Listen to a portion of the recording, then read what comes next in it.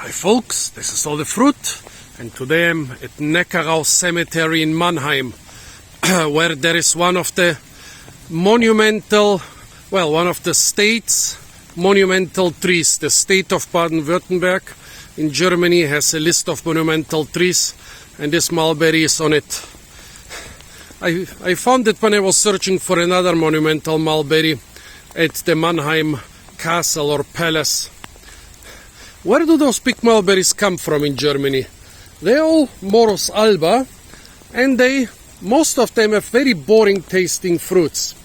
They are sweet, they have this typical mulberry flavor, but they have no sourness, and they are not selected for taste or for flavor. So why would you plant mulberries without selecting them for taste or for flavor? Well, it's a cemetery. Maybe it was planted as an ornamental. Well, no.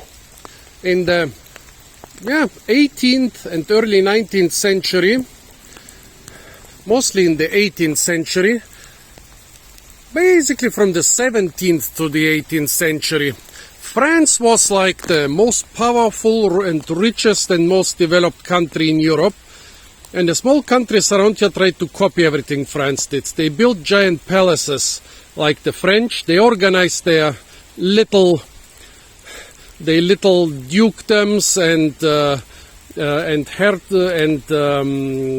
baronies and counties and so on, like the French Empire. They tried to have a standing army like the French. They tried to have lush celebrations like the French, but they just lacked the manufacturing power of the French, the agricultural might, and of course the colonial empire. And so they all went broke. They thought, how can we avoid getting broke? Well, let's produce everything the French produce. One of the most important luxury items back then was silk. And so the Archduke of Baden planted over 100,000 over 100,000 white mulberry trees here in the area.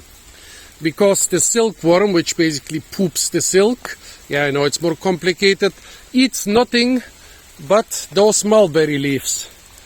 So those things were not planted as ornamentals, they were planted as a cash crop, as food for livestock, and the livestock is the silkworm. By the way, sorry about the quality of the video, my phone is wet. And I'm always happy when I find one of those around here, and I must say this is by now the most impressive one, maybe because it has at least 2 meters of stem. A lot of the other ones, they tend to branch much closer to the ground. Well, why? Because, well, no, actually they were supposed to have 2 or even more meters of stem, because basically you would grow them with a stem of 2 or 3 meters, and then you would chop up the branches all the time, and so the stem would remain, so that sheep and goats and sometimes also horses and cows couldn't eat the precious leaves. In areas where I've still seen active silkworm production, the trees have some stems, but I guess most of the trees that survived, the stem didn't survive, they were damaged at some time.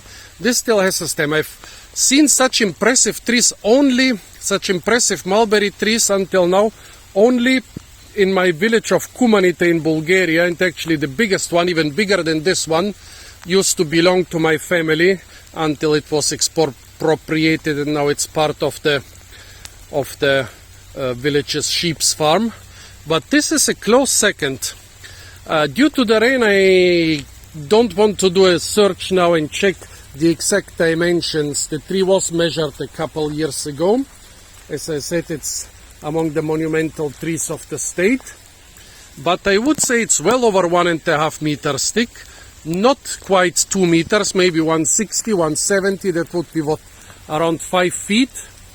It branches into 5 main branches or stems at a height of less than 2 meters, maybe 180, that would be around 6 feet above the ground.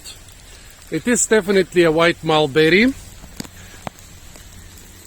The climate in Germany used to be too cold for black mulberries before the climate change. However, there is actually one black mulberry tree which is claimed to be around 1,000 years old and was planted by some German emperor, by some Holy Roman Emperor. I want to check out that 1,000-year-old black mulberry tree supposedly. But basically all the old trees I know in Germany are white mulberries. I've only seen black mulberries being planted in the last like 15-20 years. Impressive tree, not too tall. Remember, those were pruned regularly. There are some protection measures up there. The tree branches are connected by 2 belts. Really beautiful trunk. I'm always humbled and honored when I'm in the presence of such ancient trees. Yeah, beautiful. There is an epiphyte growing on it. It's a Viburnum lantana is the Latin name. I always forget the English name because the English they call different plants of the genus Viburnum by very different names. It has a number, not because it's a state tree. Every tree in a German park or on a German road has a number. Look at it, there is a second mulberry tree. Probably planted from a branch of the old one. I wonder how old this one is. Probably what, 30, 40 years? Probably they are already calculating for the time when the old one is not gonna live there anymore. I'm not sure how old mulberry trees can get. You find trees around 200 years old from time to time. This one should also be around the same age, should be a remnant from the Archduke's mulberry plantations for the silkworms. Yeah, tell me folks, do you know giant old mulberry trees in your area? How old are the oldest and how big are the biggest mulberry trees in your area?